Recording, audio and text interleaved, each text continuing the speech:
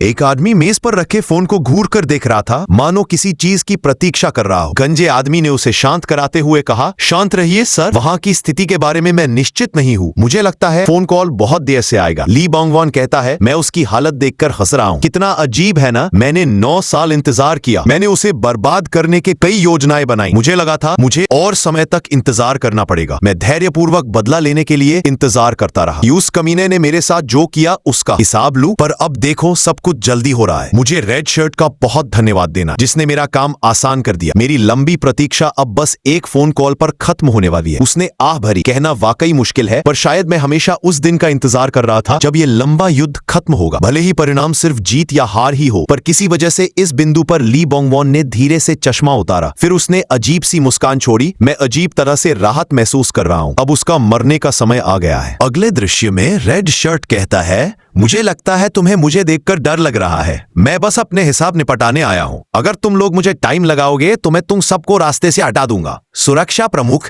मन ही मन सोचता रहे। रेड शर्ट की आंखों को देखकर मुझे नहीं लगता वह किसी तरह अपना गार्ड घटाएगा। अब मुझे तुरंत फैसला लेना होगा। किनारे खड़े लोग कहते हैं, सर अब हम क्या करें? आप आदेश दीजिए, हम अभी यही उसे खत्म कर देंगे। सुरक्षा प्रमुख चुप रहता है और कुछ नहीं कहता। अचानक पीछे से किसी को कमरे में फेंक दिया गया। अगला व्यक्ति जो सामने आया वो सनबीम था। वह आदमी सिर पकड़कर चीखते हुए गिड़गिड़ाया, मुझे मत मारो। लेकिन सनबीम ने बस शांत तरीके से उसे लांघा और कमरे में चला गया। फिर किसी ने कहा, ऐसा लग रहा है रास्ता साफ हो गया है। अगर अब हमारे सामने कोई कांटा आ भी गया तो उसे फेंकने में ज्यादा समय नहीं लगेगा, और अगर फैसला अभी नहीं लिया गया तो कौन जाने पहले किसकी दुनिया छूट जाए। इसलिए मैं कहता हूं कि बेवजह खून के साथ खिलवाड़ नहीं करना चाहिए। जो हिसाब करना चाहता है उसे करने दो। सच बताऊं तो कुछ लोग सत्ता के नशे में अंधे हो जाते हैं और अपनी ही मौत बुला लेते हैं। एक और आदमी कहता है, सर वो सारे लोग यहाँ आ गए हैं। सर कुछ कहिए, हम क्या करें? सुरक्षा प्रमुख गंभीर होकर खड़ा रहता है पर कुछ नहीं कहता। मंसू सोचता है, मुझे सच में ये सब देखकर हैरानी हो रही है। इस इलाके की सबसे बड़ी किलर कंपनी आज खत्म होने वाली है। क्या रेड शर्ट सच में आज इसे अंजाम तक पहुंचाएगा? चेयरमैन ली ने अपनी बूढ़ी आयु में गलत इंसान से दुश्मनी कर सनबीम और मानसू पूरी तरह सतर्क थे। सनबीम के सिर से अब भी खून बह रहा था, पर उसकी रौबदार मौजूदगी कम नहीं हुई। लड़ाई के लिए तैयार थी। सुरक्षा प्रमुख उन सबको देख रहा था जैसे किसी नतीजे पर पहुंच चुका हो। अचानक उसने हाथ उठाया और आदेश दिया, पीछे हटो। उसकी आदमियों के चेहरे पर हैरानी थी। क्या मतलब सर? सुरक्षा प्रमुख ने कोई जवाब नहीं दिया। वो अपनी जेब से फोन निकालकर ली बोंगवॉन की ओर बढ़ा। फोन की स्क्रीन पर कॉल आने का नोटिफिकेशन था। कॉलर था डोसन ग्रुप का सीईओ ली बोंगवॉन। ली बोंगवॉन की आंखें फैल गईं। शायद उसे कुछ समझ आ गया था। ली बोंगवॉन की मंशा क्या थी? सुरक्षा प्रमुख उसके सामने खड़ा होकर बोला, ये मेरे सीईओ का कॉल है, तुम्हें इसे उठाना चाहिए। चेयरमैन ली सुरक्षा प्रमुख को गुस्से से देखता है। तभी फोन के उस पार से आवाज आई, बहुत समय हो गया छोटे भाई, क्या तुमने याद किया जो मैंने कहा था? क्या तुम उन पुराने मामलों को याद कर रहे हो? ली बोंगवॉन की आंखों के सामने पुरानी याद उभरी। वह वही समय था जब ली बोंगवॉन अभी चेयरमैन नहीं बने थे। एक तेज रफ्तार कार हाईवे पर दौड़ रही थी। वह फोन पर किसी की तारीफ कर रहा था। तुमने काम बहुत बढ़िया किया, मैं अभी पहुंचता हूं। उसके बगल में बैठा व्यक्ति और कोई नहीं, रेड शर्ट था। उसने अपने फोन की स्क्रीन देखी। उस पर मिजू का मैसेज था, आह घर पर मैं क्या देख रही हूं।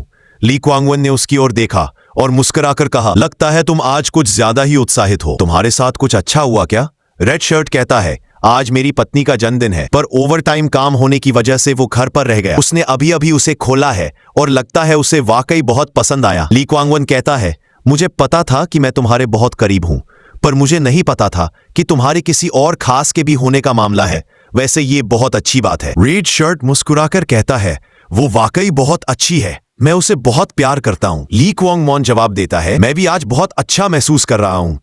आज मैं बहुत शांत हूं क्योंकि मेरे पास कोई काम नहीं है। तुम्हारे पास भी कोई काम नहीं है। अब मैं तुम्हें छुट्टी देता हूं। घर जाओ, परिवार के साथ समय बिताओ और आराम करो। ली बोंगवॉन कहता है, ड्राइवर गाड़ी रोक दो। फिर रेड शर्ट से कहता है, अब तुम्हें चिंता करने की जरूरत नहीं, घर जाओ। रेड शर्ट कहता है, कोई बात नहीं, मैं काम कर सकता हूं। ली बोंगवॉन मुस्कुराकर कहता है, ठीक है, खुश रहो, मैं तुमसे कल फिर मिलूंगा। रेड शर्ट गाड़ी से उतरता है। ली बोंगवॉन के अजीब व्यवहार को देखकर वो कुछ समझ नहीं पाता। फिर वो सोचते हुए कहता है, अब मुझे मीजू को कॉल करना है। वो फोन लगाता है, हेलो मीजू, आज हम साथ में रात का खाना करेंगे, मैं आ रहा हूँ, तैयार रहो। गाड़ी का ड्राइवर कहता है, सर बिना चीफ के यहाँ जाना ठीक नहीं होगा। ली बोंगवॉन शांत स्वर में कहता है, चिंता मत करो, वहाँ की हालत बिल्कुल ठीक है। अगर रेड शर्ट वहाँ रुकेगा तो और समस्याएं बढ़ेंगी। अब हमसे मिलेंगे। इतना कहकर कार ने रफ्तार पकड़ ली। ली क्वांगवान कहता है, आज से मेरी किस्मत यहीं से बदल जाएगी। आज रात में अपना मकसद पूरा करूंगा। मैं अपना जीवन बदलने की दिशा में पहला कदम उठा रहा हूँ। उस शाम किसी बंदरगाह पर कारें एक सीध में लगी थी, जैसे किसी जोरदार टकराव की तैयारी हो रही हो। कुछ ही समय बाद एक आदमी कार से उतरकर उतरा। वह ली क्वांगवान था। एक व्यक्ति ने अंदर आने का संकेत दिया। बस ऐसे ही वे दोनों निगाहों से बचते हुए अंदर चले गए। राज परिवार के 3 लोगों में से सिगरेट पीते हुए एक कहता है, क्या वही है जिसे नेविल ने चुना? एक और कुत्ता पैदा हो गया। अब यह व्यक्ति हमारे हुक्म पर उठेगा और बैठेगा। लिवोन अंदर जाता है। हम देखते हैं कि एक आदमी बंधा हुआ है। वह ली बोंगवान है। ली बोंगवान कहता है, यह कौन है? क्या तुम हो ली क्वांगवान? यह सब क्या चल रहा है? ली क्वांगवान कहता है, कुछ नहीं है। क्या तुम सोचते हो तुम बहुत आगे निकल जाओगे? अगर हमारे पिता को इस बारे में पता चला तो तुम्हारा क्या होगा? तुम जानते हो, इसे बंद करो। ली क्वांगवान कहता है, ओ सच में तुम पिता के पहले पुत्र हो, इसलिए पिता ने तुम्हें बहुत प्यार किया, पर अब वह बैलिस्टिक शहर चले गए हैं। अब तुम्हारा क्या होगा? मैं तुम्हारे शब्दों पर हंसता हूं। तुम सोचते हो मैं ये सब करूंगा पर पिता को जिंदा रखूंगा? मैं उसे भी मार डालूंगा। ली बोंगवान कहता है, यह संभव नहीं, तुम अकेले ये सब नहीं कर सकते। कौन तुम्हारा साथ दे रहा है? किस वजह से तुम इतनी आत्मविश्वासी हो? ली क्वांगवान कहता है, अब इन बातों के बारे में सोचने का कोई लाभ नहीं। सच तो यह है कि हमारे नेविल परिवार ने निर्माण का काम कोरियाई शाखा को दे दिया और बाकी सभी ऑफर रिजेक्ट कर दिए। वहां से एक कंपनी ने मुझे प्रस्ताव दिया, अगर मैं उनके साथ काम करूंगा तो वे मुझे नेविल परिवार का अध्यक्ष बना देंगे। ली बोंगवान कहता है, तुम सच में पागल हो गए हो। तुम इतनी बड़ी कंपनी का कारोबार उस राज परिवार को दे दोगे? तुम अपना दिमाग खो बैठे हो। अगर मैं न होता तो यह कंपनी बहुत पहले डूब जाती। जो वे करने वाले हैं वह हम सबके लिए खतरा होगा। इसे बंद करो। ली क्वांगवान कहता है, असल में जैसे एक टिश्यू पेपर इस्तेमाल के बाद फेंक दिया जाता है, मुझे भी वैसे ही ट्रीट किया गया। उसके बाद मुझे पैरों तले रौंदा गया। मैं बहुत दिनों तक परछाई में रहा। अब मैं पूरे राज परिवार पर हक चाहता हूँ। अब ये मेरा मौका है ईमानदार बनने का। जब हर कोई किसी को अनदेखा करता है